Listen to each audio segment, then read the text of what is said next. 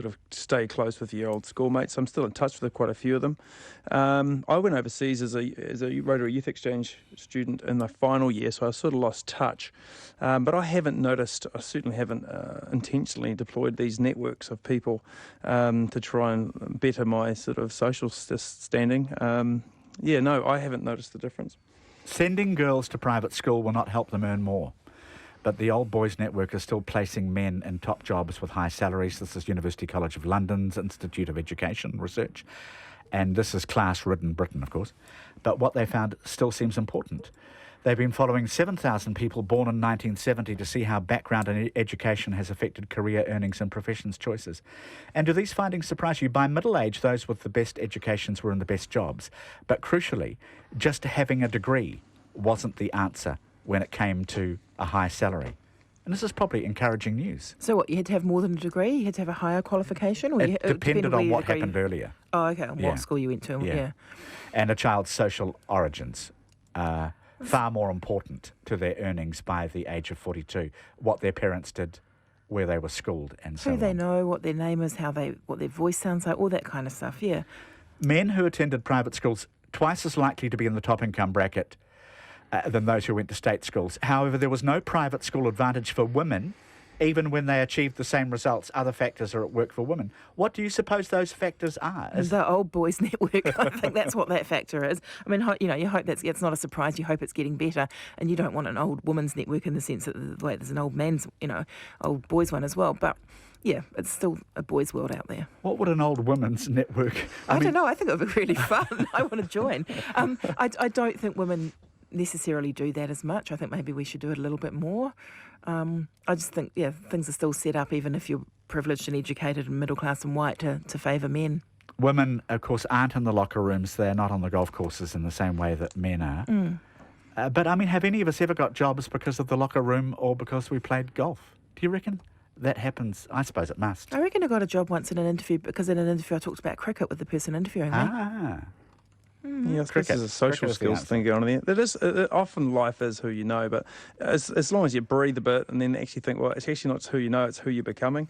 And I've known people who've done private school and not private school, heaps of young people, and there's no direct correlation between which school you went to and who you're becoming. I've met lawyers who are just incredibly amazing people, and also truck drivers who are incredibly amazing people. Just, there's a range of people, and I think limiting it to the school that you went to as an indicator of who you're becoming, not just your social status or your salary, I think that's a little bit light, and I'd like to think that in New Zealand, because that study was in England, that we're a bit more mature than a society than that. He says, hopefully. Hopefully. I don't think it limits you, but I think you do get advantages if you go through the private school network. I contend with that, and my kids are going to the local state high school, and I think they're getting a great education, and I suppose first and foremost they care about who they're becoming, and I'm pretty sure it's who they are that will affect how they perform in various other spheres of life. And what you said was more important than probably hearing the Summer Wonderland song. But New Zealand's into Christmas #1 territory with these songs being released. No, good. This is our theme playing instead. But have you seen what Air New Zealand's done? No, and I won't. I like the idea. It's all for charity or something, isn't it? Well, it's going out to the world. I'm not sure. I think is it not for charity? That's the News Hub one, I think. Oh, oops, I'm getting myself confused. Right. I haven't seen it. All right, I've got to go anyway. That was a hurried discussion. Ellen Reid, thank you. Dwayne Major, you too.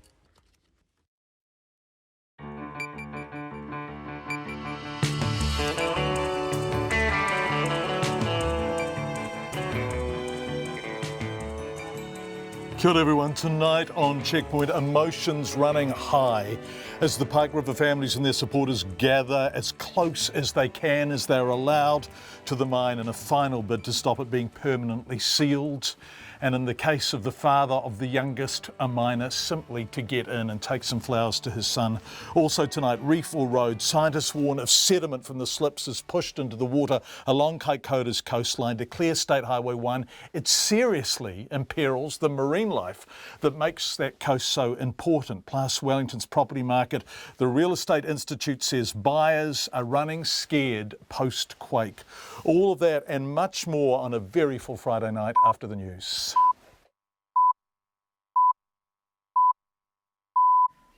RNZ News at 5. Kia ora, good afternoon. Ko Katrina Batten tēnei.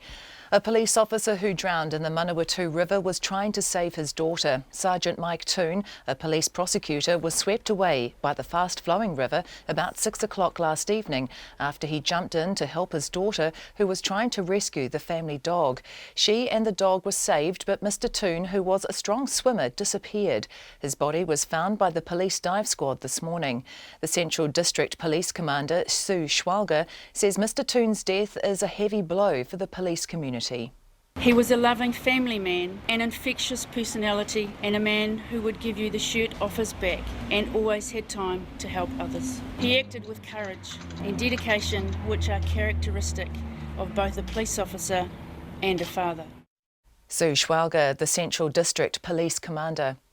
A climber with serious injuries spent the night high on a South Island mountain before rescuers managed to reach him this morning. The man was climbing Mount Elie de Beaumont in Aoraki Mount Cook National Park with 3 others when he fell a considerable distance. He set off his emergency locator beacon last night but wasn't found until this morning. The climber was rescued by the Alpine Cliff Rescue Team and taken to Franz Josef before being transferred to another helicopter which took him to Christchurch Hospital. Meanwhile, the body of another climber killed in a fall on Mount Harper in mid-Canterbury remains on the mountain while a recovery team waits for the weather to clear. The man failed to return from a day trip and the police were alerted yesterday afternoon by a partner. The United Future leader Peter Dunn says the public needs to be able to trust its social agencies that the past abuse of New Zealanders while in the care of the state is not systemic. Mr Dunn has joined other MPs calling for the government to heed calls for an independent inquiry into the abuse. He says an inquiry would reassure victims they're not being ignored and give the public confidence in agencies. Mr Dunn says the government is close to being swayed to hold the inquiry.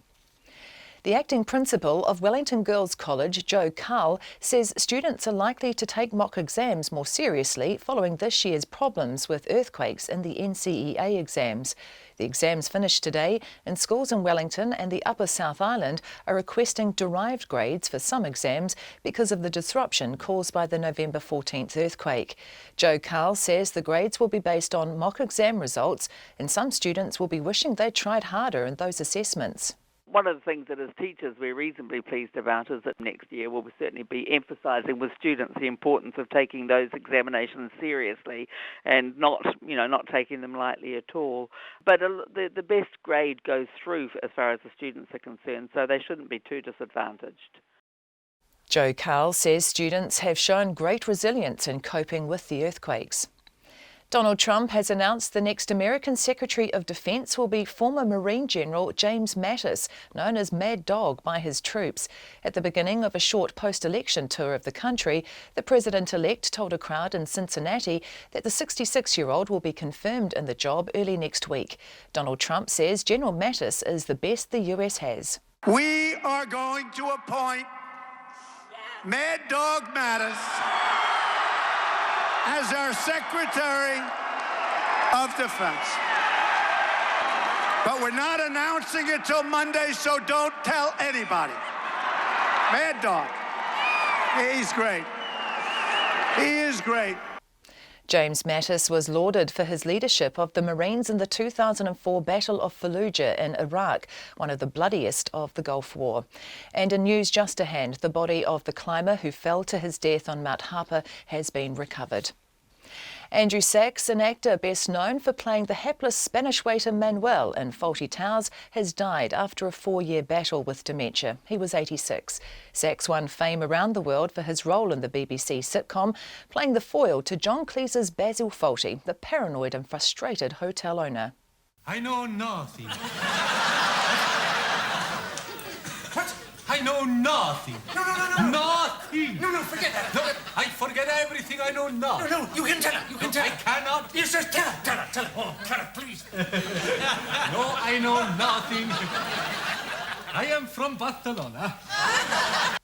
Andrew Sachs as Manuel. It's 5 past 5.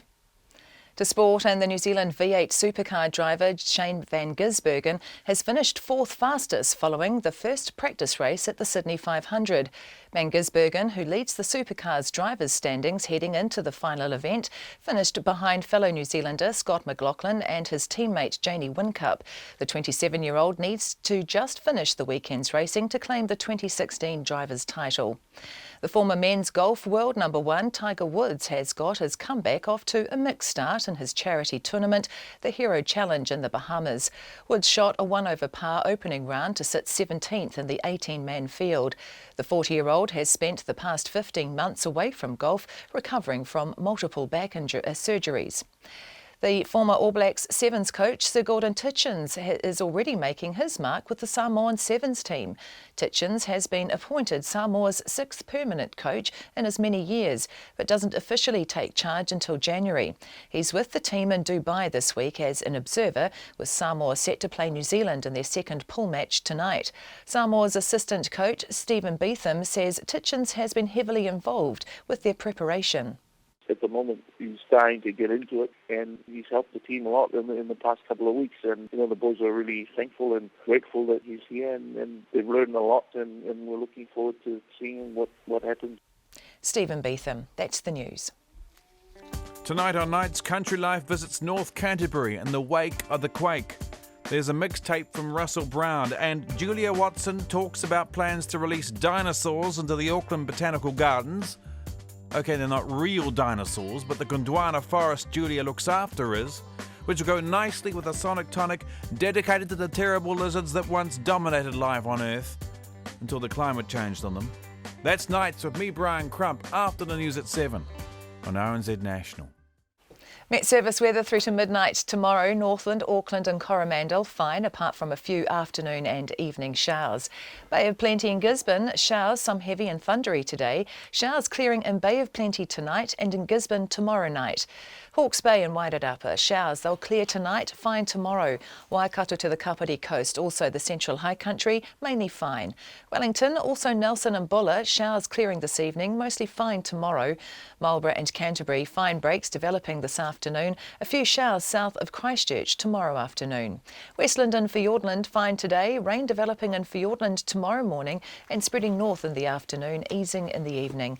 Otago and Southland, fine today, scattered showers developing tomorrow morning and a few heavy and possibly thundery during the afternoon and evening. The Chatham Islands, a few showers today, fine tomorrow. It's 5:08 and you're listening to Checkpoint. Thank you very much indeed, Katrina. Coming up, State Highway 1 on either side of Kaikoura. It has to be cleared. But if that's done by pushing large amounts of debris into the sea, what will be the impact on coastal marine life? Also tonight, NCEA is over and selling property in Wellington post-earthquakes. But we begin tonight on Logburn Road on the west coast and what happened there this morning. At one end of Logburn Road is the Pike River mine and 29 dead men. At the other end, their families and friends. And in the middle, an increasingly intractable standoff as Solid Energy and the government come under growing pressure to not permanently seal the mine and to let mines rescue personnel who have volunteered for the job inside to search for any bodies that may be in the mine's entrance, known as the drift. This morning, all this threatened to come to a head with a local contractor crossing the picket line, angering families who are vehemently opposed to sealing the bodies inside the mine.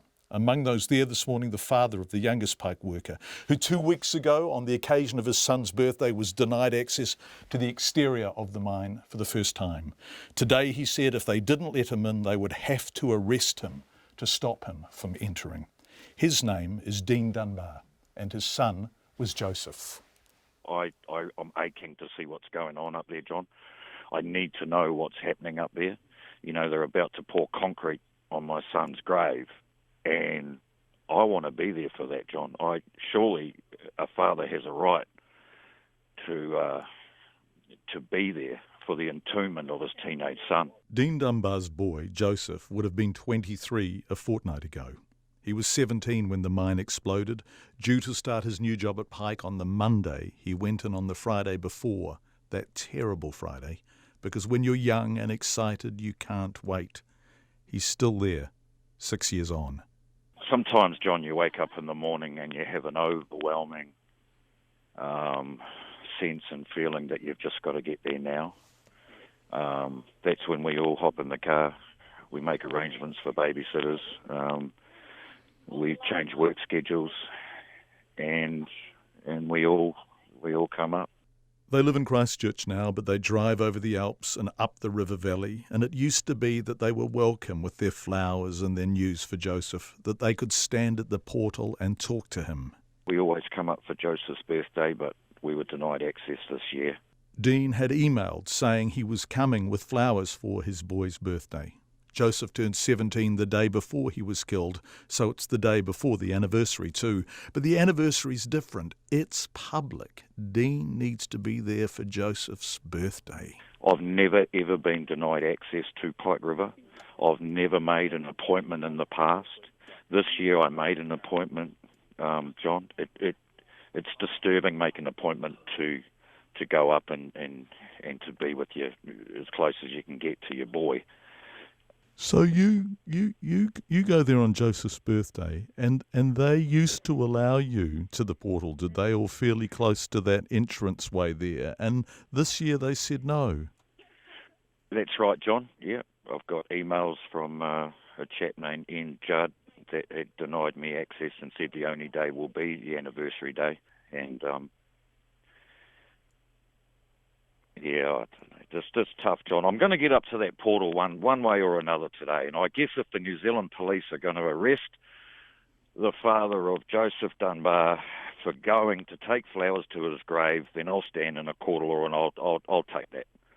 I'll take that hit, John. If that's what's coming, then and this is the way that this country is headed, that we're secretly entombing children in the middle of nowhere and denying access for fathers to be with their children, then, okay, that's going to send a message to the country, and it'll be loud and clear, I'm sure. That was about 6:45 this morning. The first people began arriving at the barrier arm that keeps the mine and the outside worlds apart about an hour earlier.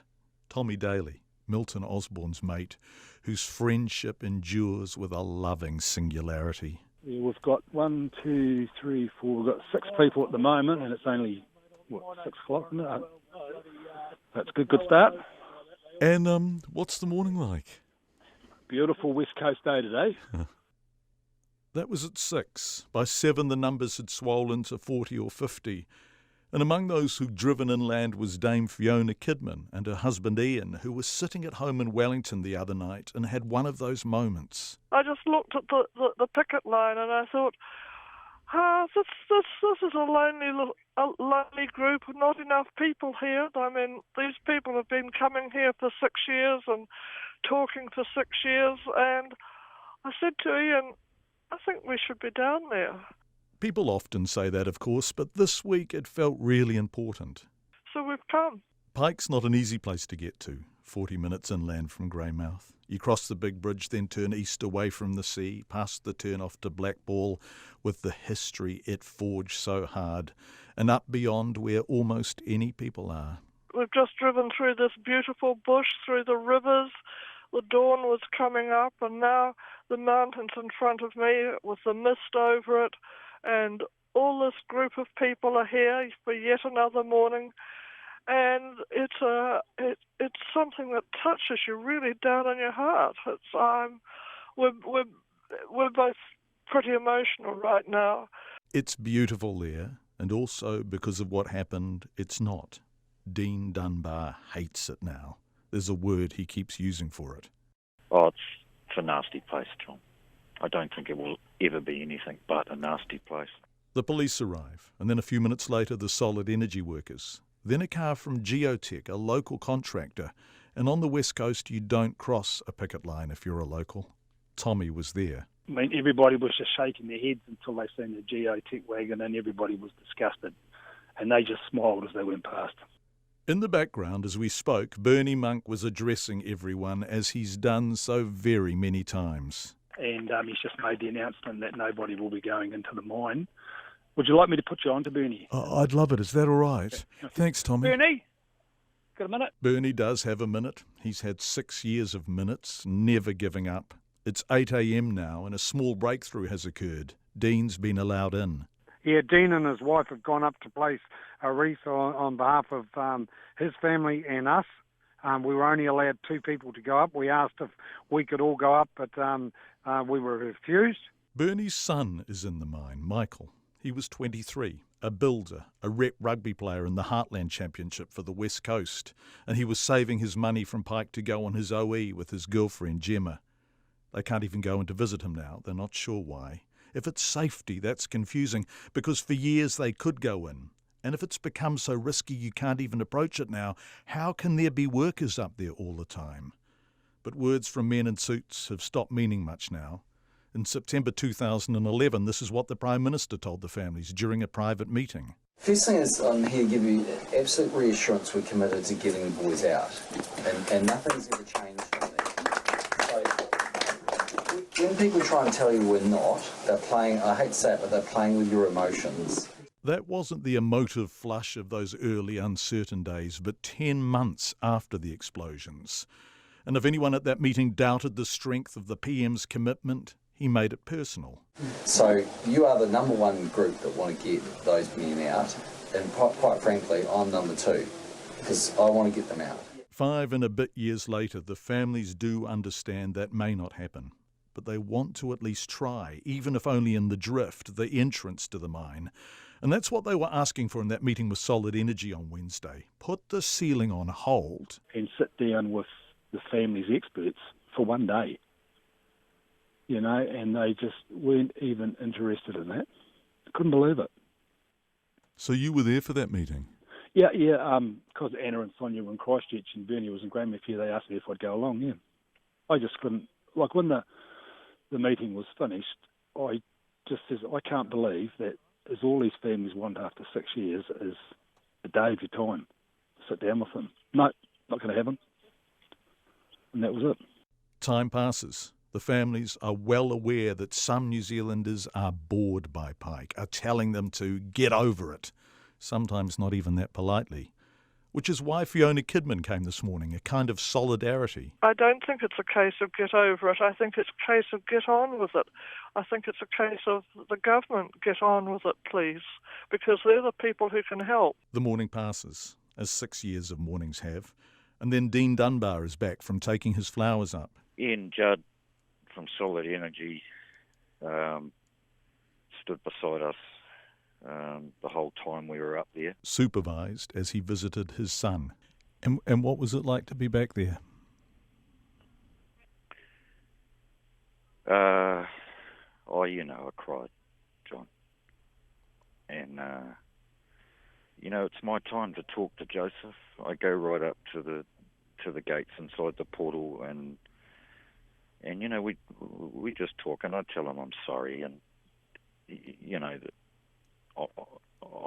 I'm doing my best, and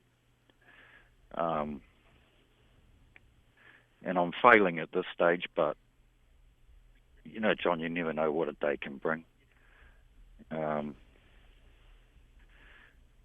It's a nasty, horrible place of absolute sadness, John, and that's all it is to me. I don't know whether it will always be like that. I hope not, but I get the feeling it will always be like that. Dean Dunbar, whose 17-year-old boy is in that mountain with the other 28 off limits, locked away, and soon under concrete seal. He wants to get over it, but he can't. It's just, John, I just miss him, mate, and I want to bring him home. I know he's gone. I know he's never coming back. But I want to bury my boy, John. I want to put him next to his granddad, Paul. And I want to be able to visit him every day in a nice place with nice surroundings, my way and our way, not their way. The thought and the feelings of being dictated to and taken up in squad cars and led around by the blokes that are about to entomb my boy it's hard to bear. It just gets harder and harder. The harder it becomes, the weaker we become, John, and that's just a sad fact of it all, mate. That's Dean Dunbar. Joseph Stad talking to me from as near as the mine as they're allowed this morning. We asked the Prime Minister to come on the programme this evening and discuss all of this, but he didn't have time. He does say, his office does say, however, that they are considering the family's invitation to meet with him or meet with them. It's 5:20. You're listening to Checkpoint on RNZ. A senior police officer, are we going to Kaikoura now? We're going to the senior police officer on the Manawatu River in a moment. But reef or road? Scientists warn if the answer to clearing Kaikoura's coastline is pushing sediment from the slips into the sea, it could spell disaster for the paua and crayfish populations that make that coast so famous. Clearing State Highway 1 for traffic could also compromise the food web, which is key to the area's big tourism drawcard of whales and dolphins. The scientists are urging caution when it comes to using legislative shortcuts which would allow work to clear the slips to go ahead, which people do want, without going through the usual process, which would protect the coast. Kate Gudsall reports. The initial 7.8 magnitude earthquake raised the seabed along the Kaikoura coastline, straining populations of paua, crayfish and other sea life. In some parts, the coastal shelf was raised more than 5 metres. A University of Canterbury professor of marine science, David Shiel, says he understands the urgency of getting the roads functioning again, but the reefs are already compromised. If you can imagine a rocky reef that the tide goes over and suddenly a lot of material is dumped on top of it, you have to wait until natural processes remove that material before any marine life will settle onto it and survive and thrive. And so the real question is how limited is that inshore rocky reef along that area? And are we willing as a nation to sacrifice those reefs for a number of years in order to clear those roads? The sediment will mean sunlight, needed by seaweed for photosynthesis, won't penetrate the water, and the productivity of the ecosystem will drop. Juvenile organisms such as paua, molluscs and crayfish will also find it difficult to settle on the rocks because of the sediment, which has been described as being like gloop. A University of Canterbury marine ecologist, Sharon Goldstein, says the productivity drives a lot of the richness and biodiversity of the Kaikoura coastline, and it could have a cascade effect. The whales, the dolphins and also the seabirds, actually, it will be greatly affected if the productivity drops off. A lot of the young fish that the seabirds feed on come up to feed on that phytoplankton and that zooplankton created within the surface waters, relying on that productivity and clarity in the water. So, yeah, it certainly feeds up all the way up to the larger iconic species. The Paua Industry Council says the Kaikoura region produces about 10% of New Zealand's exports, and about half of that comes from the area affected by the coastal rock uplift, which amounts to between 40 and 50 tonnes of paua a year. It's also the most important recreational catching area in the South Island. The council's chair, Storm Stanley, says you can clear the roads and take care of what's left of the shore's habitat. It's been an ecological disaster along there. The coastline's uplifted substantially, but there is still some surviving habitat and there are still reasonably large numbers of surviving adults that were in deeper water. So it's critical for the recovery of that piece of coastline that we don't make the damage worse. And if large amounts of slip and rubble were to be tipped onto the remaining good habitat, it's not going to help at all. Professor Shields says the question of how the reefs have been limited by the quakes and what impact the sediment dump would have needs to be known before action on the debris is taken. We should have that sort of information before they get a hard and fast plan of just taking it and dumping it, and I'm sure somebody's thinking about that. The final piece of a trio of legislation allowing the government and councils to remove the debris is making its way through Parliament. For Checkpoint, call Kate Gudsall, 10A. Feedback already coming in on this. Ian says the sediment will choke the shoreline. Solution, screen the sediment, which sits like glue, from the rocks, relocate sensitive life forms, dump the rocks and cut away the sediment elsewhere. I await this solution being proposed. Thank you, Ian.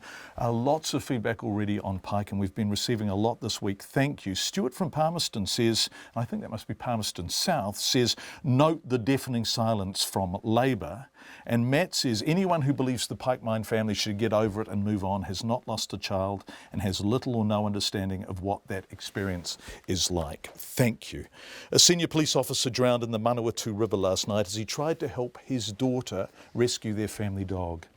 Sergeant Mike Toons was a prosecutor. He'd been with the force for 28 years. His body was recovered from the river this morning. Earlier today, the Central District Commander, Superintendent Sue Schwalger, described him as a much respected police officer and a loving father. We are mourning the death today of Sergeant Mike Toon, a much respected police officer in Central District and a loving father.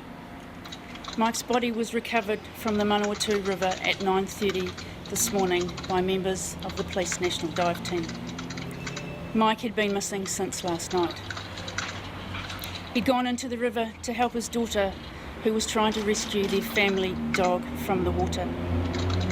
He acted with courage and dedication, which are characteristic of both a police officer and a father. I have been with Mike's family today, and our hearts go out to them at this tragic time. Sue Schwalger says it is a sad day for all police staff. It's 5:25 You're with Checkpoint on RNZ.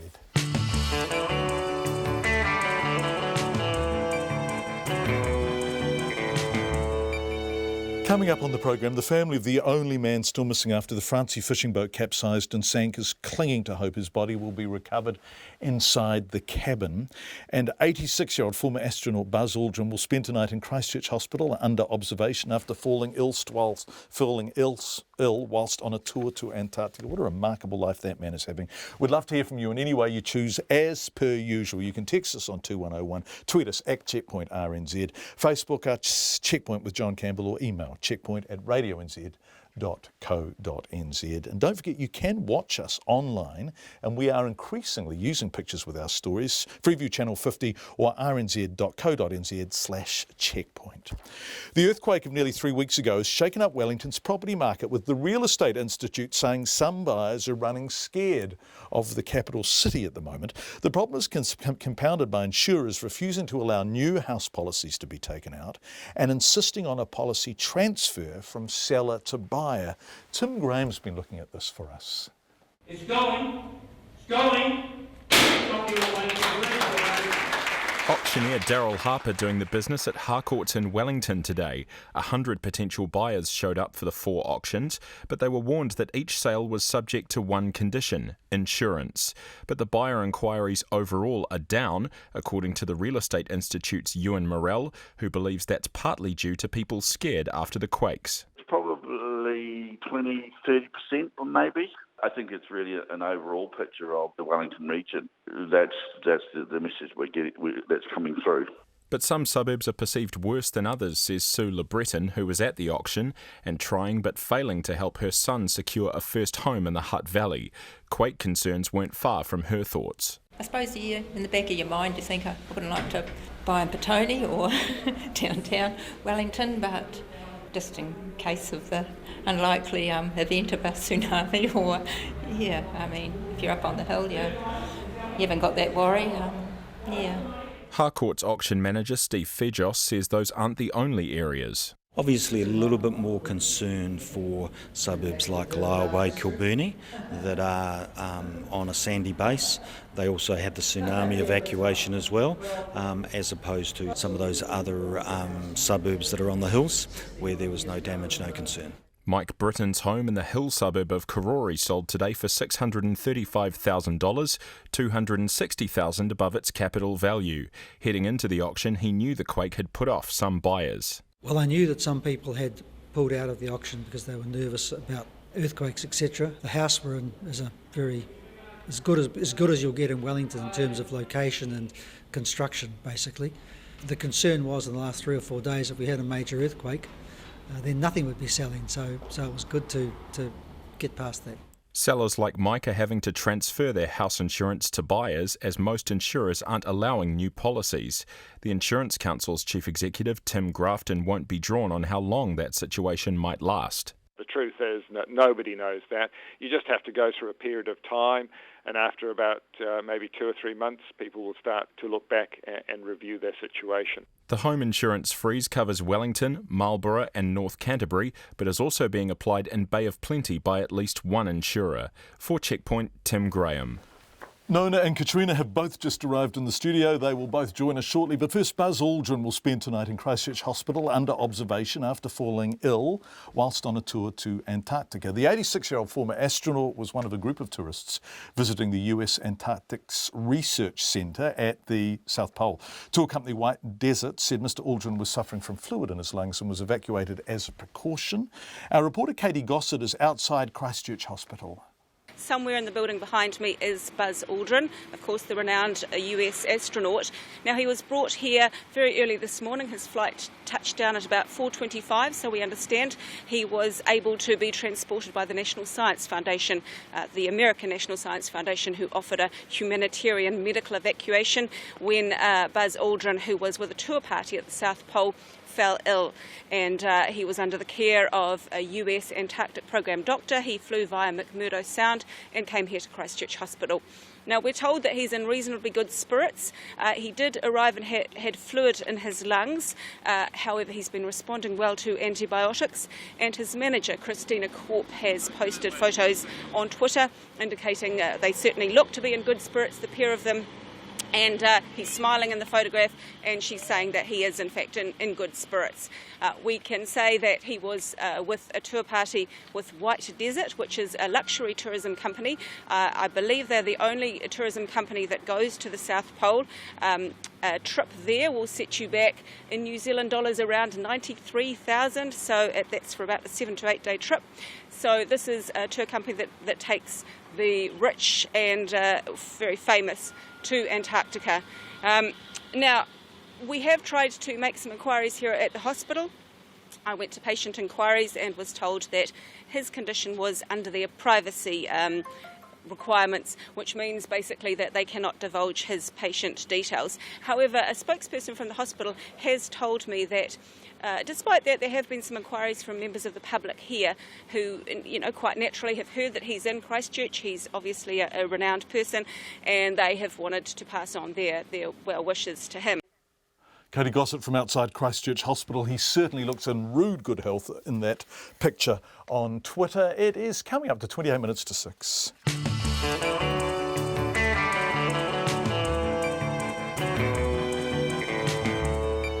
Coming up on Checkpoint, a final push in the by-election as candidates in Mount Roskill desperately try and secure the vote before voting tomorrow. And businesses in central Christchurch worry ongoing roadworks outside their shops are putting off customers and causing car parking havoc. Basically, in short, they've had a guts full. Nona with business. After Katrina with headlines. A police officer who drowned in the Manawatu River was trying to save his daughter. Sergeant Mike Toon, a police prosecutor, was swept away by the fast-flowing river yesterday evening when he jumped in to help his daughter rescue the family dog. She and the dog were saved, but Mr Toon, who was a strong swimmer, disappeared. His body was found by the police dive squad this morning. A climber with serious injuries spent the night high on Mount Elie de Beaumont in Aoraki Mount Cook National Park before rescuers managed to reach him this morning. The climber was airlifted to Franz Joseph and then transferred to another helicopter which took him to Christchurch Hospital. Meanwhile, the body of another climber killed yesterday in a fall on Mount Harper in mid-Canterbury has been recovered. Some protesters outside the Pike River mine gate say they were shocked to see a local contractor cross their picket line. About 40 protesters, mostly family and friends of the 29 men who died in the mine in 2010, gathered at the gates this morning to oppose the mine being sealed. One protester, Tom Daly, said he was disappointed to see a vehicle owned by Geotech pass through the gates this morning. The United Future leader says the public needs to be able to trust that New Zealanders in the care of the state are not being exposed to systematic abuse. Peter Dunn has joined other MPs calling for the government to have an independent inquiry into past abuse. He says an inquiry would reassure victims that they're not being ignored and give the public confidence in social agencies. At his first rally since winning the United States presidential election, Donald Trump has announced that the retired General James Mattis will be the new Defence Secretary. General Mattis, known as Mad Dog, is a former Marine with a known distrust of Iran. NCEA exams finished today, ending weeks of intense SWOT and anxiety for 146,000 students. Including my daughter. Including your stress. This year's exams were disrupted by earthquakes, which cancelled exams in some high schools and forced the rescheduling of 2 scholarship papers. So it's nice and calm in your house, is it? Yes, it is. How did you know I was going to interrupt then? I'm seriously impressed, Katrina Batten. Well, you know, I've got a feeling. It was the vibe. It was the vibe. Those are the headlines. I'll be back at 6. Thanks, Katrina. Really heartfelt and passionate feedback coming in on Pike. We're very grateful for it. Thank you. Let's turn to business news now with Nona Peltier. Fisher & Paykel clocked up a win against its rival ResMed. That's what they're called, ResMed. Right. As the two companies lock horns over patent rights and intellectual property. Yes, they've been at it for a while. They've been, tit for tat for sure. Yes, in fact, but Fisher & Paykel got a bit of a victory. So that was in the German court. Now, ResMed is after Fisher & Paykel in all kinds of courts, including, let's see how the International Trade Commission as well as U.S. courts, German and New Zealand too. So there's patent infringement, intellectual property disputes between the two. Fisher & Paykel has also filed action against ResMed, so it goes both ways. But luckily, Fisher & Paykel has won the first round in a preliminary hearing in Germany, so they're able to now start resuming the sale of their masks. So this is a pitched battle, Nona. Oh, it is. Yeah. We're going to be watching this for a while, I'm sure. Now, look, apparently Fisher & Paykel have more than 1,400 issued and pending patents. Goodness gracious. So there's a lot that they can fight about, no doubt. Yes, I expect to carry on. Now, Fisher & Paykel are not commenting about this, of course. And they defend them zealously, as you would expect. Oh, absolutely. That's how they make their money. Yeah. And it's a very, very profitable company. It's one of the darlings of the New Zealand share market. Who's making the real money? No, the lawyers. Oh, the lawyers. In this round, I think in every round, it's going to be the lawyers making some cash there. Tell me about peer-to-peer lender Harmony. Well, a big fine for them. Why? Well, let's go back to the courts. Hey, it's a court-themed biz. Yes, that's right. The Commerce Commission has succeeded after filing 6 charges against Harmony. That's Harmony. Oh, sorry. As in Harmony. Not, Harmony. Wow, Harmony. Brilliant. Well, actually, for misleading marketing campaign, $292,500 was the fine. That's a lot. Yeah, it's a big fine. They deserve it for the name, really, don't they? Well, that's your words, not mine. Right. Okay, well, anyways, apparently they'd sent all these marketing letters off to, 500,000 New Zealanders, saying you've been pre-approved for a loan, but you actually hadn't been. Right. So what happened was people would go along to the Harmony site, log in, sign up for a loan.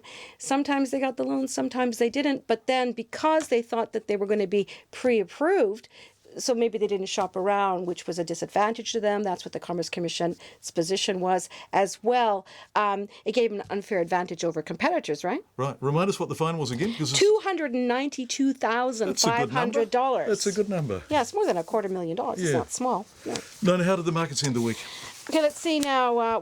The markets were a little bit down. I guess you'd expect that. There's some big economic news coming out in the U.S. That's the U.S. non-farm payrolls jobs data. That's very important because depending on how many jobs turn up in that survey, will point to whether or not the U.S. Federal Reserve will finally raise interest rates. That's supposed to happen mid-December. Also, there's a very important referendum going on in Italy on Sunday. And one way or another, if it doesn't go the way that the Italian Prime Minister wants it to go, then he's going to resign, and that will be as bad as Brexit, apparently. So we'll see what happens. So that's caused a little bit of nervousness. Anyway, the NZX Top 50 Index fell 0.4%, down 28 points to 6,905. The New Zealand dollar is trading at 70.9 US cents, 95.6 Australian, which is pretty strong, and 56.2 pence. Nona Peltier, thank you, and have a wonderful weekend, Nona. And you. It's 21.5 to 6 here with Checkpoint on RNZ. As Brazil and the entire football world express grief over the loss of a team on that chartered flight to Colombia, more details are starting to emerge about what went wrong and why. New video has also emerged showing an excited flight crew posing with members of the team just minutes before takeoff. The La Mia charter flight crashed into a mountainside on Tuesday, just k's short of Medellin Airport after reportedly running out of fuel and repeatedly advising the control tower it was running out. 71 people, including most of the team, their support staff, and 20 journalists travelling with them to cover the game were killed. Here's Alex Ashton. Colombian model and co-pilot Ceci Arias speaking from the cockpit of her first civilian flight. We are ready to offer them the best service. It's very important to know they use a Bolivian company. Back in the cabin, Chapecoense forward Everton Kempes taps the pilot, Miguel Quiroga, who's also the plane's owner, jokingly on the shoulder. It's a very important final for us, and being taken by Lamia makes it all right. Just hours later, as his plane runs short of fuel, pilot Miguel Quiroga radios Medellin Airport. We have a fuel emergency. That is why I'm asking for final instructions immediately. I need to land immediately. Lamia 2933. In the control tower at Medellin Airport, another plane reports a fuel leak. As that plane makes an emergency landing, Flight 2933 desperately circles the airport in bad weather before being given permission by air traffic control to land. The runway is ready. Expect rain on the surface, Lamia 933. The fire service is alerted. I do not have your altitude, Lamia 933. The pilot replies he's at 9,000 feet. As his plane loses radar, a terrified Mr. Quiroga tells the control tower his plane's experiencing electrical difficulties. He can be heard asking the control tower for coordinates. The air traffic controller tells him he's 8 miles from the runway. The pilot's last word is Jesus before the plane loses contact with Medellin Airport and crashes into the mountainside. At a media conference in Medellin, Colombia's Secretary for Civil Aviation, Freddy Bonilla, said a lack of fuel was the most likely explanation for the crash, as there had been no explosion on impact. Estamos investigando, manejando. Al no encontrar combustible. One hypothesis we're investigating and dealing with, after not finding any fuel at the impact zone in the surrounding area nor in the supply lines, is that there was a flame out in the engines due to the lack of fuel. Having the engines shut down, the engines are the electrical source, they produce the power. Even though the plane had an APU, a backup generator, without the fuel, the electrical source would have been completely lost. 6 people survived the crash, including 3 players, 2 flight crew and a journalist. Investigators from Brazil, Bolivia and Britain are all taking part in an investigation. For Checkpoint, Alex Ashton. It's the final push for Mount Roskill and its by-election and the candidates in it before polling closes. In fact, people vote. The 2 frontrunners, Labour's Michael Wood and Nationals' Parmjit Parmar, had their comfy shoes on as they made last-minute attempts to convince voters to back them. Of course, this is a Labour-held seat, but National won the party vote in it last time.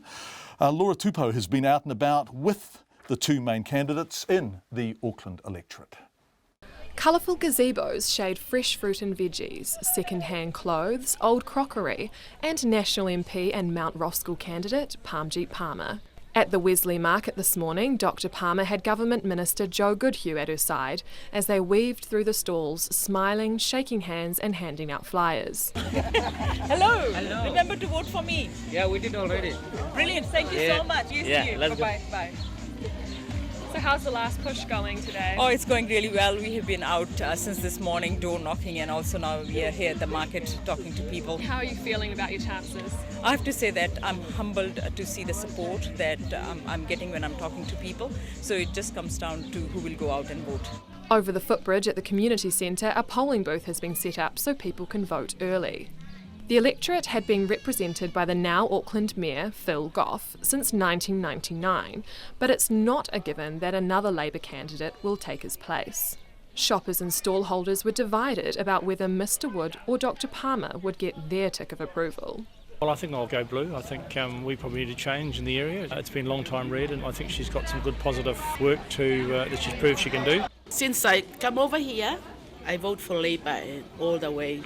I see him around the community. My son has played with his kids at the park. Like, I see him regularly. I haven't seen the others, other than standing in the middle of roads trying to get votes. 1 kilometre away at the Stoddard Road shops, Michael Wood pulled up in his red Labour van. We've got a very positive response on the ground. We feel positive about this campaign, but it relies on getting a good turnout. He was joined by Labour leader Andrew Little, as well as a dozen supporters who followed him from shop to shop. Mr Little said he's proud of the campaign Michael Wood has led in the area, but isn't counting his chickens. This is a campaign on issues that matter to the people of Mount Roskill: the rising crime rate, unaffordable housing and a transport mess. We've campaigned on that, we've focused on that. That's what tomorrow's voting will be about, when people get out to vote, and then we'll see how the results fall at the end of the day. Michael Wood and Parmjeet Palmer have a nervous 24 hours ahead of them, but they do have plans for how their Saturday evenings will be spent. We're having a party of one kind or another, I guess. We'll be having a few quiet drinks at the end of the day. Then all of our supporters will gather a bit later in the evening at the Winstone Park Tennis Club, which is my local tennis club that I belong to, and we hope that we'll be celebrating a good result for Labour. We have a little party? Yes, we will be getting together, we will be having drinks, and of course, yeah, we will be having a good time tomorrow night.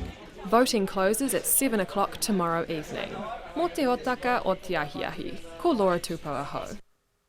5:45, the family of the only man still missing after the Francie fishing boat capsized and sank is clinging to hope his body will be recovered. The Francie went down with 11 people on board last Saturday, crossing the Kaipara Harbour Bar in rough conditions. 7 people are confirmed to have died in the tragedy, and one man, Taulangi Afamasanga, still has not been found. Yesterday, the formal search for him was called off, but now the police say they have some idea where the Francie may have sunk, and they're saying Mr. Afamasanga may be inside the vessel. The police met with the family of the man this morning. After that meeting, his daughter, Amy Yero, spoke to Alex Ashton. So basically what they've said is moving forward for the next couple of days, the Navy are going to help and assist, and they're going to send some sonar down there, see whether they can find any wreckage. They are holding on to hope that he may be with the vessel, and yeah, that's what's happening at the moment. So while the formal search is being called off in a way, they're still looking for your dad, yeah? Yes, that is correct. And does that give you a bit of hope? Yeah, it does. At the same time, we do have to be realistic. He may not be with the vessel, but until they find the vessel, we do hang on to hope that he may be with the boat. Mm. In the meantime, what's the family going to be doing, Amy? So the family at this stage, we are all meeting with each other tonight to have a prayer ceremony. In terms of a memorial, my mum still doesn't want to do a memorial because she doesn't want to come to terms with him not being home. And she feels that if we do a memorial, then that's basically the final goodbye, and she won't accept that at this stage. So we're not too sure how we're going to move forward with the memorial right now. Because I believe this week all the families who have been affected are burying their men this week, and we don't have anyone to bury. So, yeah. That must be really, really hard for you to be in this position. I can't even imagine. Yeah, I don't know what words to describe it, but I almost feel kind of jealous because they've got their men, and I'm asking myself, why don't we have one home? Why don't we have my dad home to bury? Why can they bury theirs? What did he do any different from anyone else? Why is he the only one that's not there? So, yeah, a lot of range of emotions, and it is very, very difficult. Amy, I know you've said before you guys aren't the kind of family to ask for help, but you guys are asking for a little bit of help at the moment, aren't you? Yes, that is correct. So what we've done is we've set up give a little page. It's not something that we would normally do, but because he was the main source of income, we are appealing if there is any help then, because I do understand that a lot of people have been messaging me and offering their support and how they can help, so this is one way that they could look at helping, yeah. That's Amy Yero speaking to Alex Ashton about her dad, Taulangi Afamasanga. It's 6:11. The government is being boxed into a corner over its refusal to hold an independent inquiry into the abuse of children in state care, with even some of its own support partners calling for it to change its mind. It follows an about-face from the Human Rights Commission on the need for an investigation and growing calls from all political parties except National and ACT. Here's our political reporter, Demelza Leslie.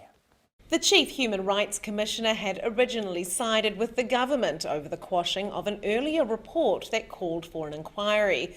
But now the Commission has changed its mind and says an independent inquiry into the abuse of New Zealanders while under the care of the state is needed. The Chief Commissioner says New Zealanders deserve to know the extent of the abuse suffered by thousands over many years. The government has said an inquiry isn't necessary because there's no evidence the abuse is systemic. But the Māori Party co-leader Marama Fox says an inquiry would make sure that the mistakes of the past are not repeated. If we never understand what happened then, how can we make sure that we don't do it again? What we haven't really looked at is the effect on us as a nation in a system-wide way. New Zealand First's social development spokesperson Derek Ball says the government's handling of the abuse issue is not working. The Minister needs to take responsibility for the actions of the state, and that is why she needs to make the right decision and make it independent. The United Future leader Peter Dunn says an inquiry would reassure abuse victims that they're not being ignored and give the public confidence in social agencies. Not so much to wreak vengeance, but just to give reassurance that the right steps are being taken, that the information that the Confidential Listing Service unveiled has been taken seriously, and more importantly that steps are being put in place to make sure we don't get repetitions in the future. Mr Dunn believes the government is close to buckling on the need for an inquiry. Funnily enough, I don't think the Minister is too far away from that actually. I think she's trying to do her best, but I think this is an area where the perception becomes the reality, not the other way around. The ACT Party, however, agrees with the government line that unless there's sufficient evidence suggesting the abuse is systemic, then an inquiry won't add anything. The Justice and Electoral Committee is currently considering a petition calling for a top-level inquiry into the historic cases of child sex abuse. And while some MPs hope that its recommendation will be compelling enough for the government to act, it won't be binding. From Parliament for Checkpoint, Demelza Leslie. 9 to 6, let's go to Christchurch, where businesses in the central city are worried ongoing roadworks outside their shops are putting off customers and causing car parking havoc. Changes to Manchester Street and Durham Street North started in May as part of the Rebuild's Accessible City project. But businesses say it's taking too long and they're being kneecapped at what should be their busiest time of the year. Here's Eva Corlett.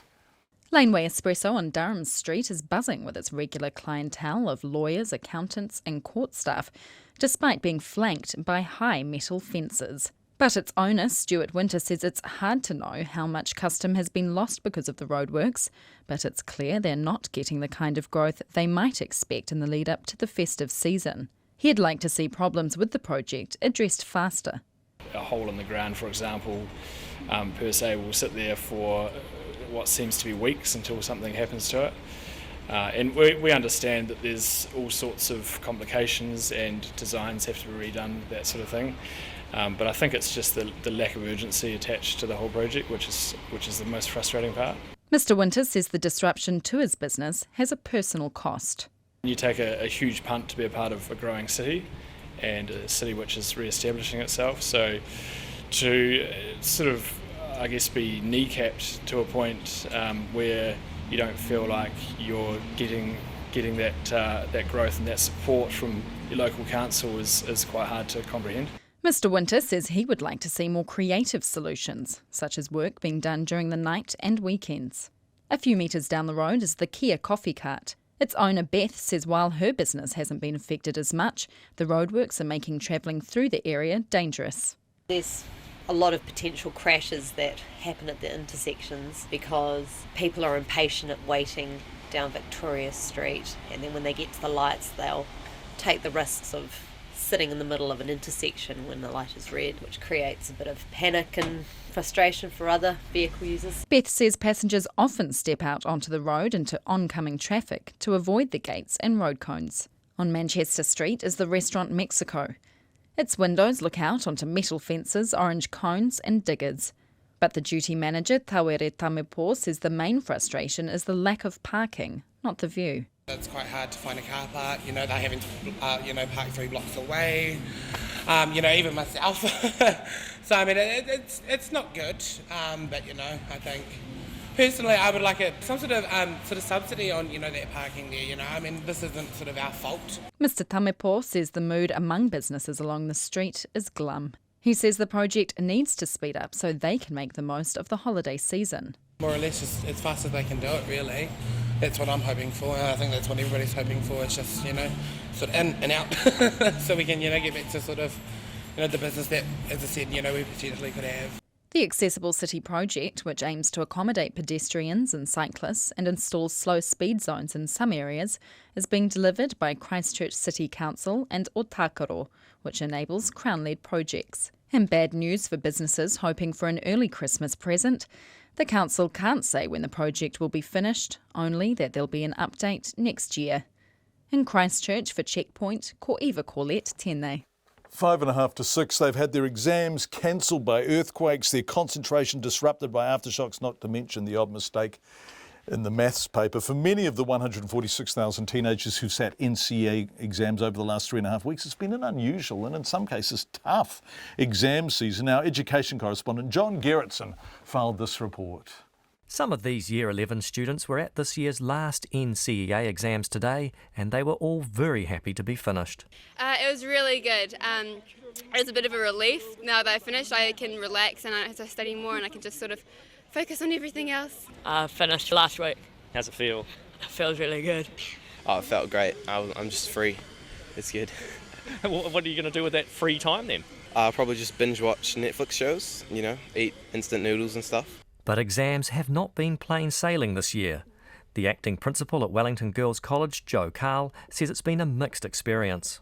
We've had a lot of things we've had to deal with and the students have had to deal with, starting with the earthquake and the cancellation of the Level 1 science exam, and then followed by several fairly decent aftershocks, and one in which the girls had to actually get under the desks for. And then probably compounding the whole thing was the incidents with the maths exam towards the end of that week.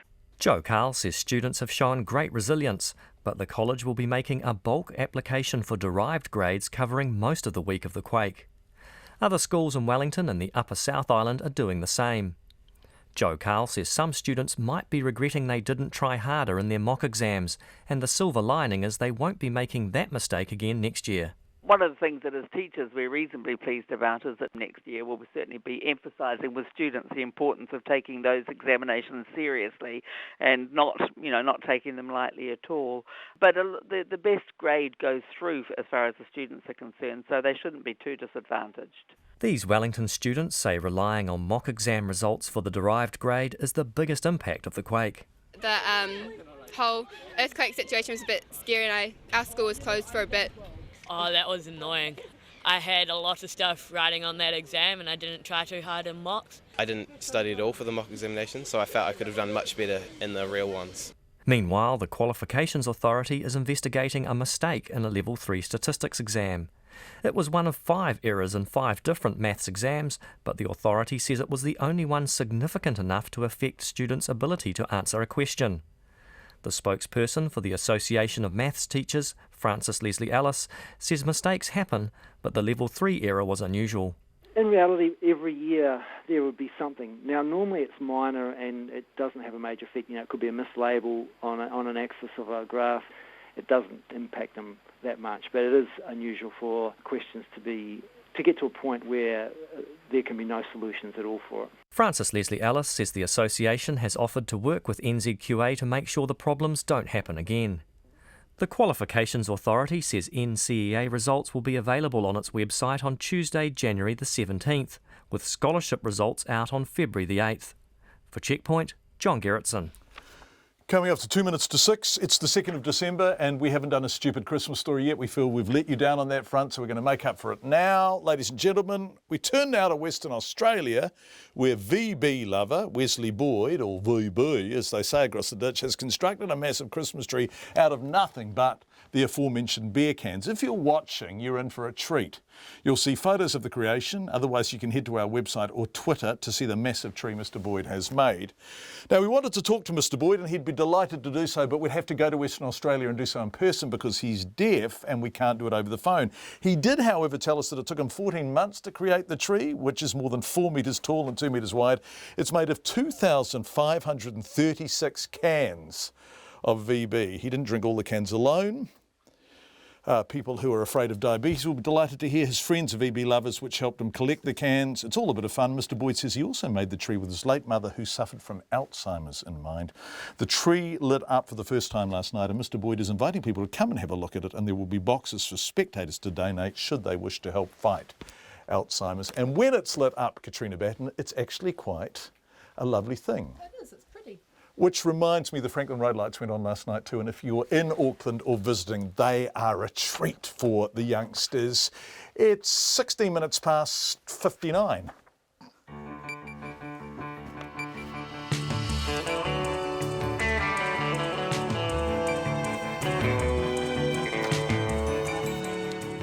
I'd like to apologise unreservedly to everyone who is a fan of accuracy in the telling of time. That was completely wrong, but you knew what I meant. We're coming up to 6 o'clock.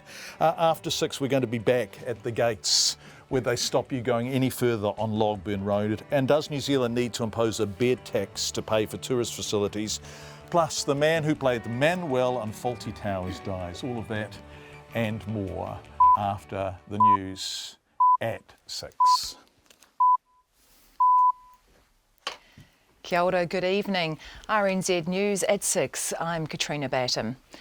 The police officer who drowned in the Manawatu River while trying to rescue his daughter was a strong swimmer, but the river was running fast and high. Sergeant Mike Toon, a police prosecutor, was swept away about 6 o'clock last evening after he jumped in to help his daughter, who was trying to rescue the family dog. She and the dog were saved, but Mr. Toon disappeared.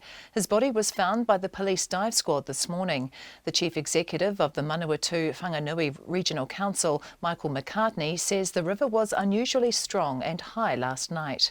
The river at the time was flowing at about 4 times the normal flow, about a metre a second, and that's pretty quick. That'll knock you off your feet pretty quickly. It wasn't in the condition you'd normally go swimming in, and he wasn't swimming, but people found themselves in the river for whatever reason. Michael McCartney. A climber who fell in Aoraki Mount Cook National Park spent the night on a mountainside with several broken bones after poor weather prevented his rescue. The climber is in a serious condition in Christchurch Hospital. He was climbing Mount Elie de Beaumont with three others when he fell a considerable distance last night. A spokesperson for the rescue team, Vince Haleva, says a helicopter responded to a distress beacon but couldn't land safely. He says the chopper returned this morning and an alpine cliff rescue team managed to reach the man. They stabilised the climber and at about 8:30 flew him to Franz Joseph, where another helicopter was waiting, and the injured climber was transferred to Christchurch Hospital. We understand the injuries are serious but not critical. Vince Haleva.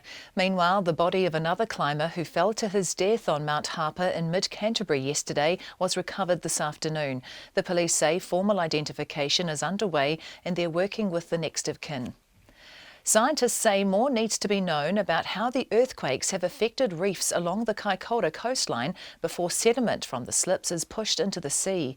The scientists are urging caution over using legislative shortcuts to approve work to clear the slips without going through the usual process. Kate Gudsall reports. Scientists say the reefs around the coastline are already compromised, and pushing debris into the sea is likely to cause further harm. The sediment will mean sunlight, needed by seaweed for photosynthesis, won't penetrate the water, and the productivity of the ecosystem will drop. A University of Canterbury marine ecologist, Sharon Goldstein, says the ecosystem's productivity drives a lot of the richness and biodiversity of the Kaikoura coastline. She says lower productivity could have a cascading effect on the area's big tourism drawcards like whales and dolphins. Ko Kate Gudsall tēnei. The family of the only man still missing after a charter fishing boat capsized and sank crossing the Kaipara Harbour Bar is clinging to hope his body will be recovered. The Francie went down with 11 people on board last Saturday in rough conditions. 7 bodies were recovered, but one man, Talangi Afa-Masanga, has still not been found. The police say they have some idea where the Francie may have sunk, and they say Mr. Afa-Masanga's body may still be inside the vessel. The police met his family this morning. His daughter, Amy Yero, says it's been difficult because her family have not been able to bury her father, but they will hold a brief ceremony tonight. She says her mother can't accept that her husband will not be found. NCEA exams finished today, ending 3.5 weeks of intense SWAT and anxiety for 146,000 teenagers. This year's exams were disrupted by earthquakes, which cancelled exams at some schools and forced the rescheduling of 2 scholarship papers. Our education correspondent John Gerritsen reports. 6 NCEA exams were held today, 3 of them in drama. They were the last of this year's school exam season, which was marred for thousands of students by earthquakes, flooding and mistakes in maths papers. The Qualifications Authority says schools have until December the 9th to seek derived grades for students who missed exams or whose performance was impaired. Some schools say they'll be doing that for all students who had exams in the days immediately after the November 14th earthquake. The authority says NCEA results will be released on January the 17th, with scholarship results out on February the 8th. This is John Gerritsen. In Britain, a survey has found lonely older people most miss having someone to sit with, while almost half miss enjoying a hug. The poll of more than 1,000 over 65s who say they're lonely found it was simple things that people missed the most. Most missed sitting with somebody and just being together. This was followed by having somebody to laugh with, hugging, eating together, sharing a bed and holding hands. Campaign to End Loneliness Director Laura Alcock-Ferguson says meaningful social connections are essential for human happiness. It's 5 minutes past 6. To sport, and the New Zealand bowls team has had to settle for bronze in all 4 disciplines at the World Bowls Championship in Christchurch this afternoon. The women's 4 was beaten 27-9 by Australia, while the women's singles lost 16-13 to Scotland. In the men's, the triples were beaten 18-10 by Australia and the pairs were beating 17-10 by Ireland. The New Zealand golfer Ryan Fox has moved into the top 3 at the Australian PGA Championship on the Gold Coast. Fox is 2 under on his round after the first 11 holes to sit in a tie for third, 3 shots off the leader, Australian Ashley Hall. Fellow New Zealander Danny Lee is 2 under in his round, but he's in a tie for 5th at 5 under for the tournament. The New Zealand Breakers basketball captain Mika Vukona says his side's determined to get one over the Illawarra Hawks tonight. The Breakers' preparation for the match has been marred by the suspension of guard Corey Webster, who was arrested earlier this week for alleged assault. 2 weeks ago, the Hawks thrashed the Breakers by over 30 points, and Vukona says that loss still hurts the team.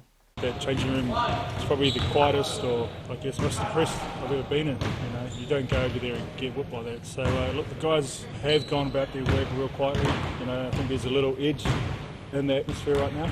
And, hopefully we can go out there and just transfer that to something positive. Mika Vukona. Tip-off is at 7:30 at the North Shore Events Centre. That's the news. Tomorrow morning, how could we warn coastal dwellers about tsunamis more effectively?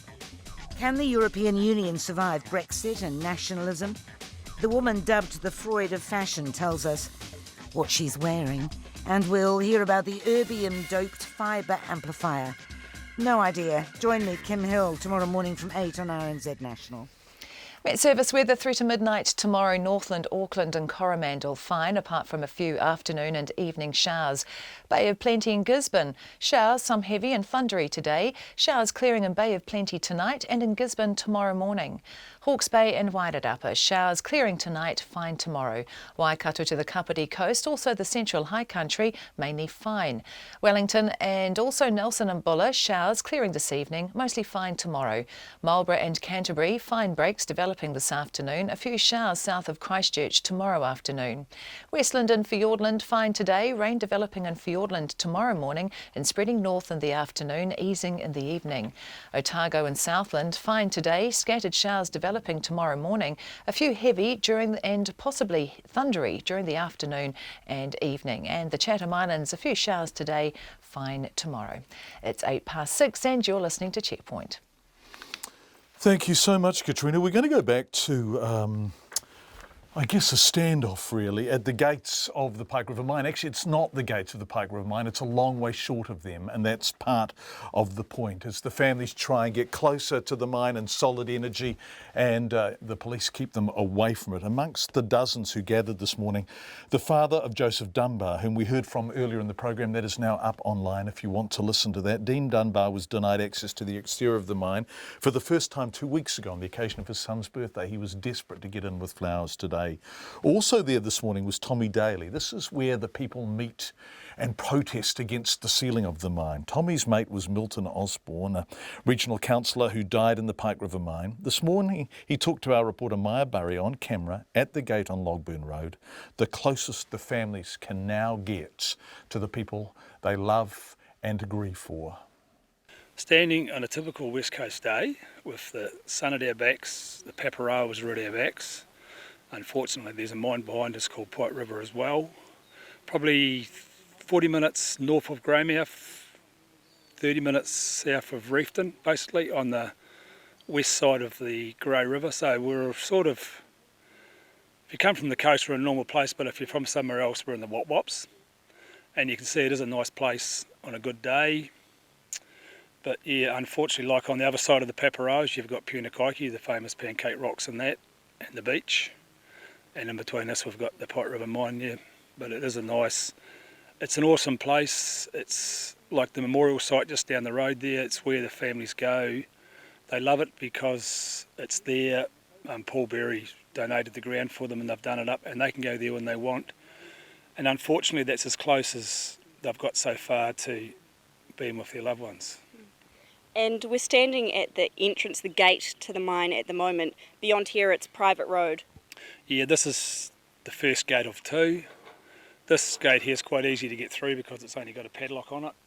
The next gate up is a proper security gate, which you would battle to get through. So they've got 2 gates to get into the mine, but even from there, it's probably 2 k's up to where their wash plant was, and then it would be another, I'm not exactly sure, probably 8 to 10 k's up to the mine itself. So yeah, we are a long way away from where we want to be, but we're as close as we can legally go. And this gate has become a picket line, hasn't it?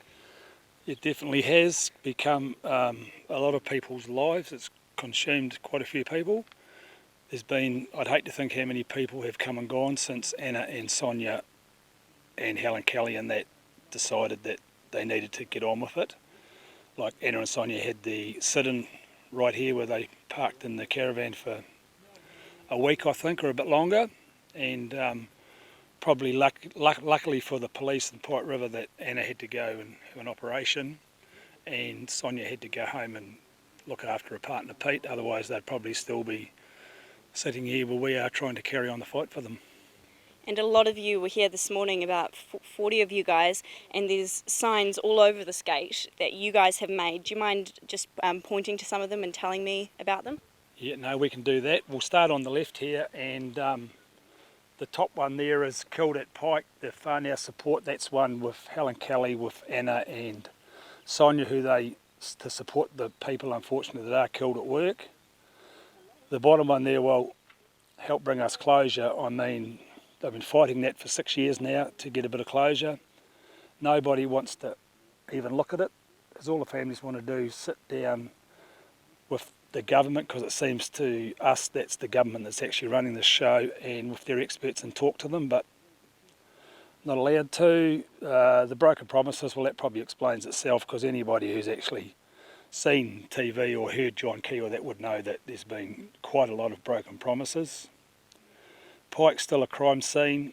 That's probably the biggest one here, because it's definitely a crime scene, because who knows what's in the drift for a start. We know what sort of a job Pike River did at running the mine, and it amazes me and probably 3/4 of New Zealand how it hasn't been classed as a crime scene, and the police haven't actually done what they should be doing and sitting down and saying we need to do something about this because we haven't done our homework on this, and we need to sit down and actually get into this mine, into the drift, and have a look and see what's in there, because the underground fan is in there and that may have played a part in it. And Tommy, if we just walk a bit further along, do you mind showing me some of these other ones? Yes, this one here in front of the stop sign, check the drift before you close it. I mean, it's a day's work. Some of the mines rescue people have estimated 3 hours to go there and back to just check for the loved ones in the drift.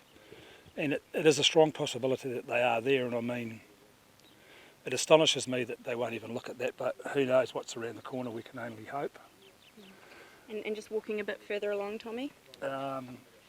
Key uses the Trump card. Well, probably if we had Donald Trump here, we may have had a good card to play here, because he would probably have the balls to stand up and sit down with the experts and have a look at this, because we've got to remember they're waiting to get their loved ones home from up here, and here we are going to let these workers out tonight with people that are helping seal the drift up, because, like the families say, it's not right to keep your loved ones at work, so it's double Dutch, but the families, again, still doing the right thing.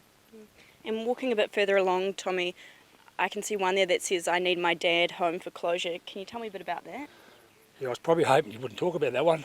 There is a lot of parents, mums, obviously mums, that all relate to that sign, because a lot of kids won't even actually come up here for that reason. I mean, 99% of people that die in New Zealand, you get to have some sort of funeral and do something, but I mean, not one of them have, and I mean, if they got one body out of that mine, the other 29 families are probably going to be shattered because it's not theirs, but they would be that pleased that someone's got something out of it, and that's probably a sign that New Zealanders need to realise, they've got to have a go,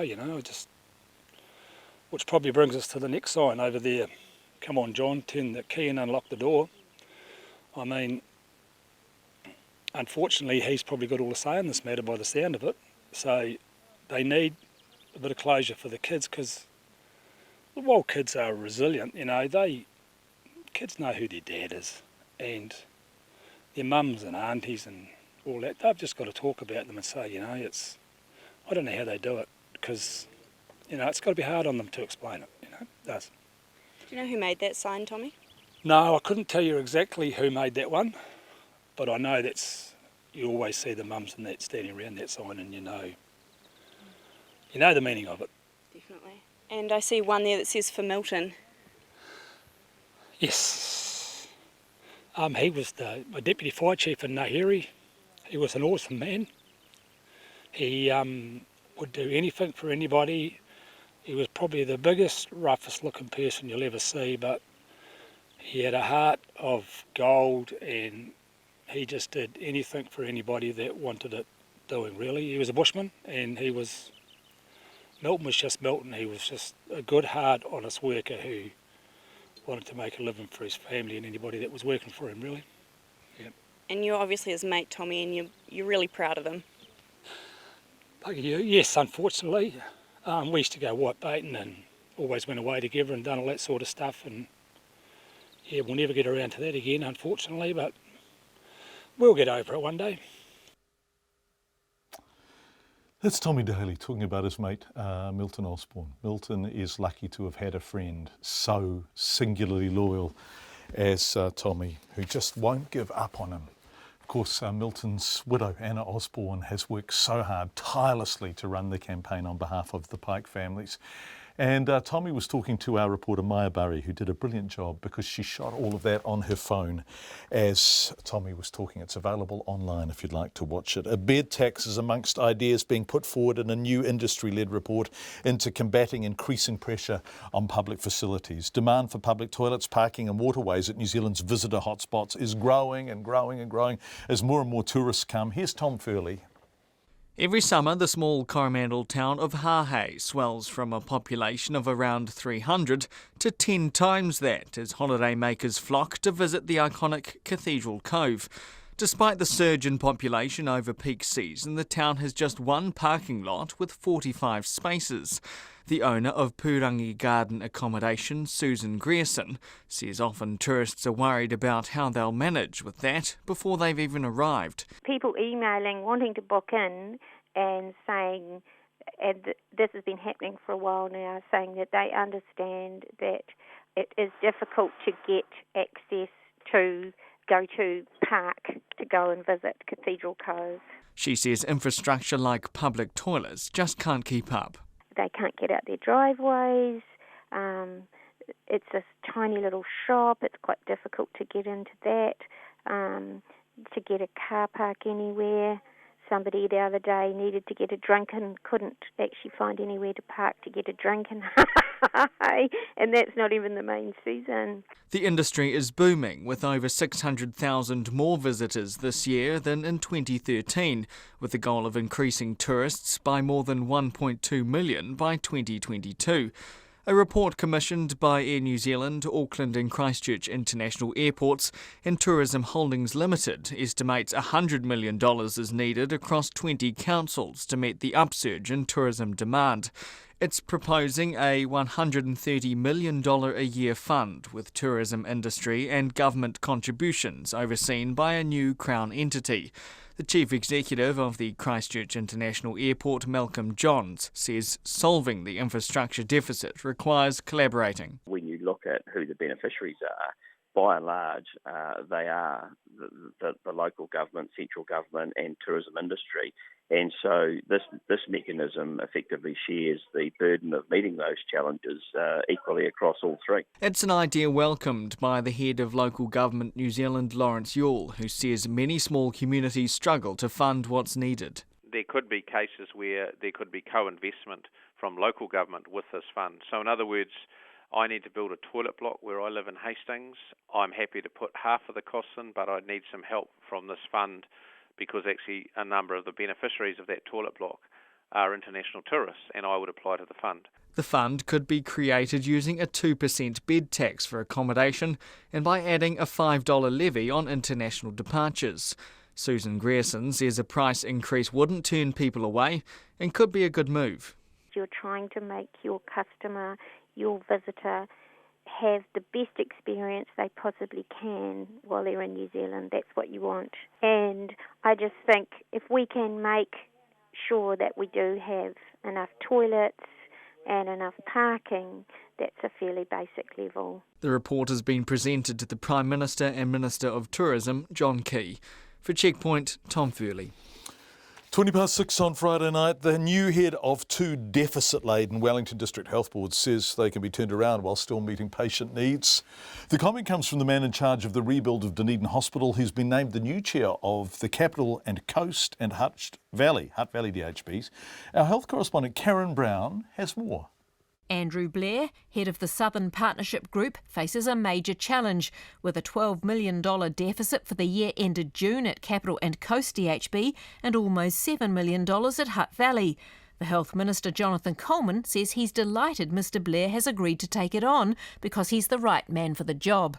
He will bring the type of skills that we need to make health services across the greater Wellington region sustainable, because obviously, they've been facing deficit problems at Capital and Coast. For his part, Andrew Blair says he'll start Monday, beginning with a briefing with DHB managers.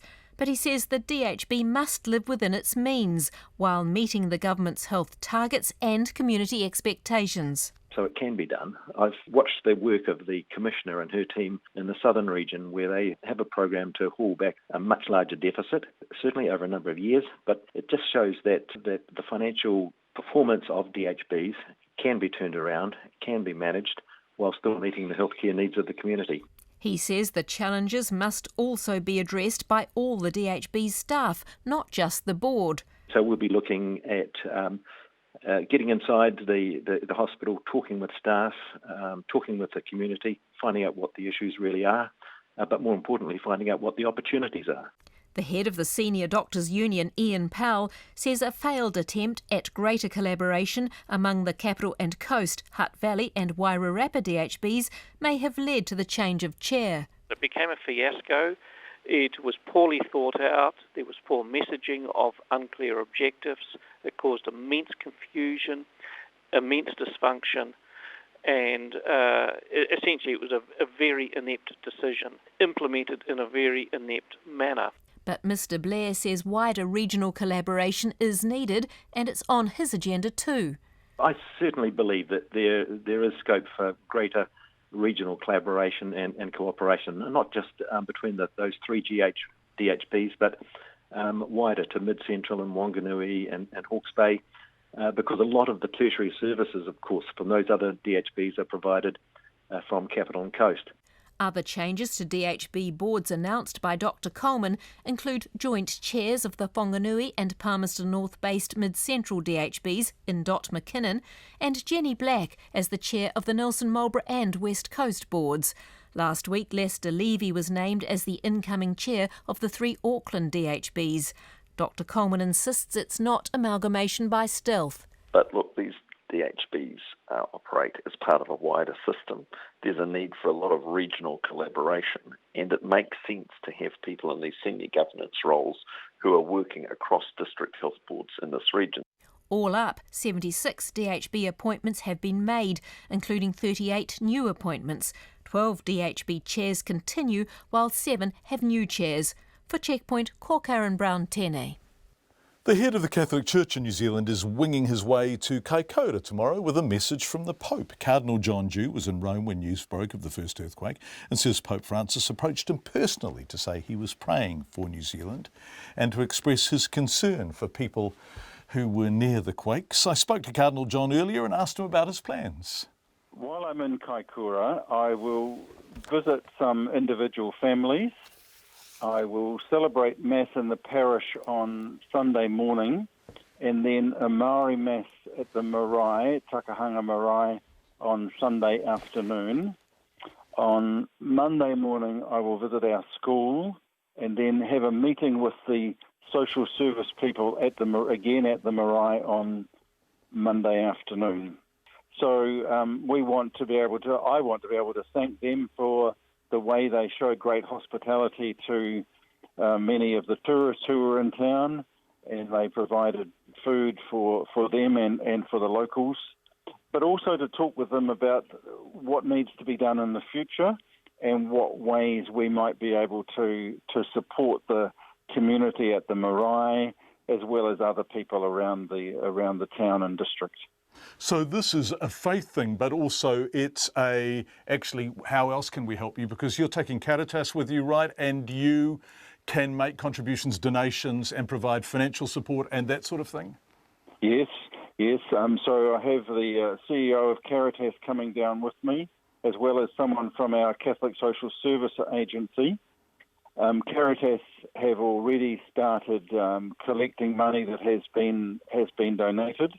And the plan when we go down there is to try and assess where the needs are, what kind of ways that money can be used to support various initiatives that might help people to get back up on their feet. You know Kaikoura, don't you? Is it part of your diocese? Yes, it's the southernmost parish on the east coast of the South Island. So I'm there at least once a year, sometimes more than that. And over 20 years now, I've got to know a lot of people in the parish. So that's really why I want to get down there to see some of them. I had been in contact with some of them at the time of the earthquake from Italy, just to see how things were going. What sort of nick is your church in down there? Because, you know, churches with their lovely, high, ornate architecture can suffer quite bad damage in earthquakes with things toppling off. How did your church in Kaikoura go? Quite well, actually. There was a little bit of superficial damage, but there was no structural damage to the church at all. It's a relatively new church, like 20 years or so relatively new. So the church was really no damage at all. And I believe you have a message from the Pope? Yes, I was in Rome at the time of the earthquake and saw him just a few days later. And as soon as he saw me, he took my hands and said, "I'm praying for the people in New Zealand. Please tell them when you go home that they are being remembered in prayer." So it was a wonderful gesture because the Italian people, had been shaken by earthquakes themselves just a couple of weeks before, and he had been to one of the places where there was a lot of devastation. So very much on the minds of Italian people and on the mind of the Pope, clearly. Cardinal John Campbell, just before we go tonight, the actor Andrew Sachs, best known for his portrayal of the Spanish waiter Manuel on the BBC classic Fawlty Towers, has died at the age of 86. He'd been suffering from dementia, and his family says that he passed away in Britain last week. Born in Germany, his family fled the Nazis and resettled in the UK in 1938. His career began with radio drama, but he made his screen debut in 1959 and went on to become a familiar face on many British TV series. But it was as Manuel, the hapless waiter from Barcelona working for Hotelier Basil Fawlty, played by John Cleese, that Andrew Sachs won worldwide fame. I know nothing. What? I know nothing. No.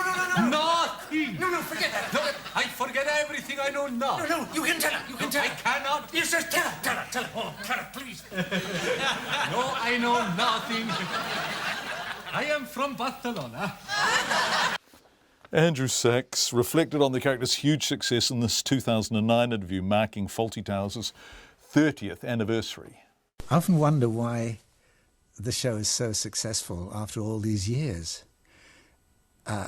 It took 3 months, the whole thing, the whole 2 series took 3 months out of my working life of over 60 years now, which was very varied in theatre and radio particularly. As a result of it, not only was the series so successful, Manuel became dreadfully famous all over the world. But not Andrew Sachs. Andrew Sachs is unknown, and I like that. German-born actor Andrew Sachs, otherwise known as Manuel from Fawlty Towers, who's died aged 86. And that ends Checkpoint for the week. On behalf of our fantastic team, we might be able to see some of them now in the control room. Look at that. Thank you for being with us. Have a wonderful weekend. We will be back Monday at 5.